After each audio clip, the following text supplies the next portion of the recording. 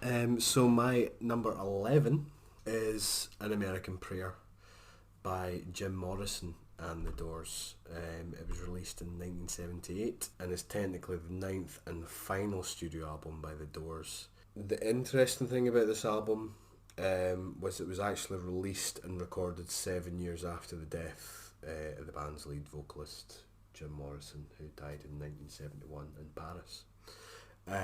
Basically what happened was the original surviving members at the time, Ray Manzarek, Roddy Krieger I believe, and John Densmore decided to reunite and record backing tracks for Jim Morrison's spoken word poetry. So Jim Morrison's quite well known for writing poetry, and I suppose if you're familiar with The Doors you can see that in his kind of lyrical content.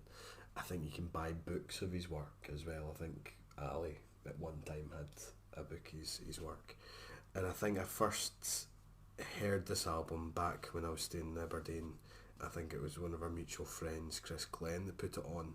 And I later went out and bought it in a place called Europa Music, which is a wee record shop in Stirling.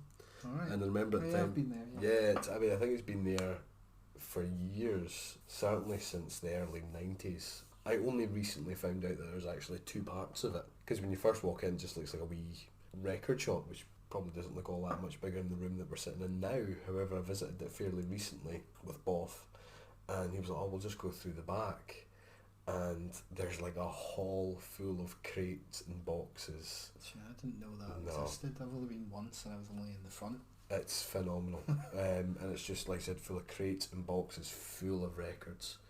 And a wide range of different things. I think when I was there I managed to get Derek and the Dominoes, Layla, Pretty Vacant by the Sex Pistols. I'm pretty sure I bought a Bob Marley 7-inch as well. Okay. So a whole host of different things, Yeah. and really worth a visit.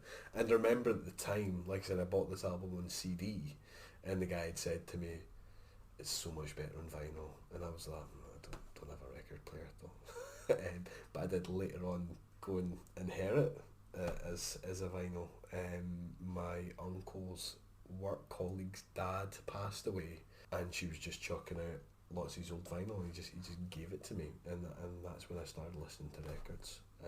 He bought like an old beat up record player for me, and this is one of the vinyls that I inherited and kind of listened to. Right. I don't know if it was all that much better on vinyl, to be honest. One thing I will say though is at the time I'm pretty sure I might have still had a portable CD player. I'm not too sure. I certainly listened to it on maybe, I think from a CD. I uploaded it onto my laptop and then transferred it onto my Zen Creative MP3 player and listened to it quite a lot through my headphones, obviously. And that was quite cool because the noise jumped from the left and right hand side on some of the tracks, which were really quite interesting. And I think it's worthwhile saying about this album is I don't think there's any one track that you could single out and say go and put on number 3 from American Prayer. I think it's very much the type of album that needs to be kind of appreciated as a whole, very much like, you know, Ghosteen, which I've kind of brought up on several occasions already, and like the kind of Dark Side of the Moon and what have you. If you were to pick out a track, you know, a kind of one-off song, it would have to be, and could only really be, number 13, which is a live recording of Roadhouse Blues, and it's probably my favourite recording of Roadhouse Blues. And if you're familiar with The Doors, you'll know this song. It's just a great bluesy track, and best listening to really loud. Yeah, that's like I've only listened to this album once, and that was the one that I remembered. But yeah, it's an interesting album for sure. I love it. Like I really do love it. There's a reprise of a lot of kind of familiar riffs and sounds, such as that kind of iconic riff on Peace Frog, which is actually from the 1970s album Morrison Hotel, on a track called Newborn Awakening. You also hear a wee bit of Riders on the Storm. You can hear that kind of twinkling kind of organ and the sound of, you know, crashing thunder and rainfall, and you hear Jim Morrison delivering his spoken word poetry, and it's from the perspective of him phoning somebody and saying that he killed somebody out in the the desert, and it's that he says it in such a nonchalant way. It's obviously you're just hearing one side of the conversation, but he's like, I killed somebody in the desert, and I don't think it'll be a big thing. I don't think there's that many people. Nobody else seen it. And also you hear a wee bit of the Wasp. The other name for that song is Texas Radio and the Big Beat. But there's a lot of kind of original material on there as well that is executed absolutely brilliantly. It's quite a lot of kind of funky kind of style, particularly on songs such as kind of Ghost Song, for example, which is track number 23 and the last track on the album. There's also a song that I really like called Latino Chrome, which is track number 7, and as the name suggests, it's got this kind of Latino theme, a Latino American kind of theme to it. It kind of opens with kind of bongo drums, which, most of the time take him or leave him. Yeah, I was saying most of the time it's a bit of a comedy instrument, but in this case it works really well.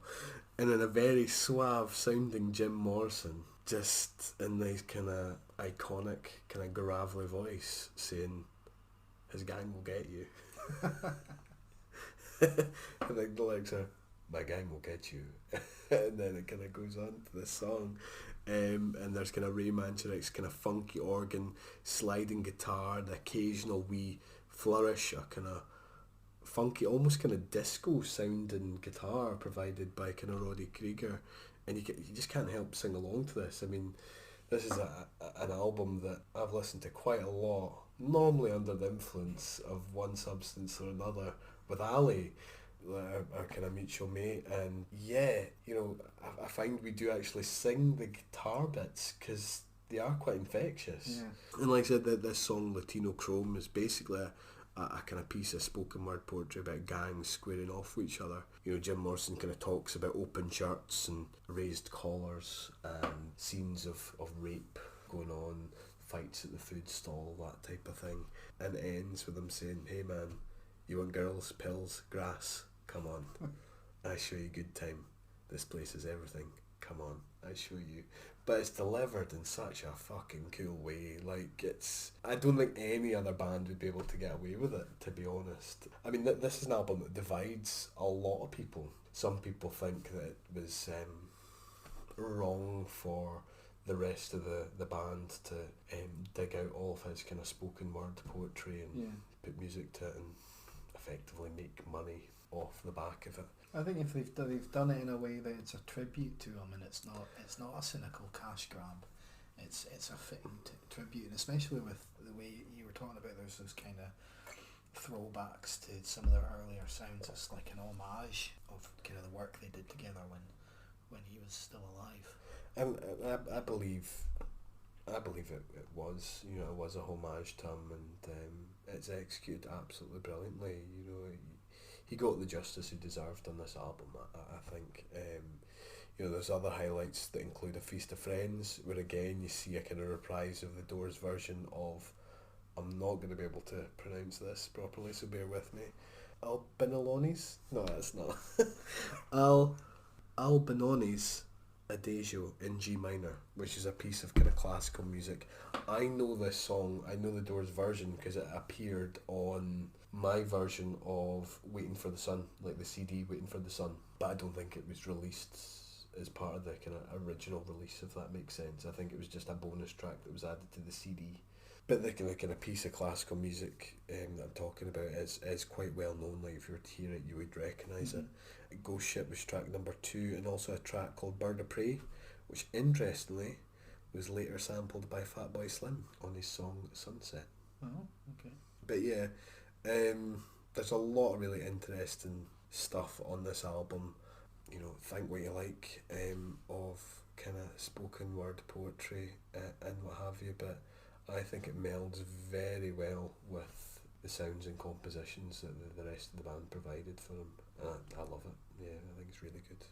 Yeah, I think it doesn't sound like it's been put together that way, I would say. Like, it doesn't sound like he's not there performing on the album. It's very well done. Good. Yeah, that's An American Prayer by The Doors. Cool. Jim Morrison and The Doors. Sorry.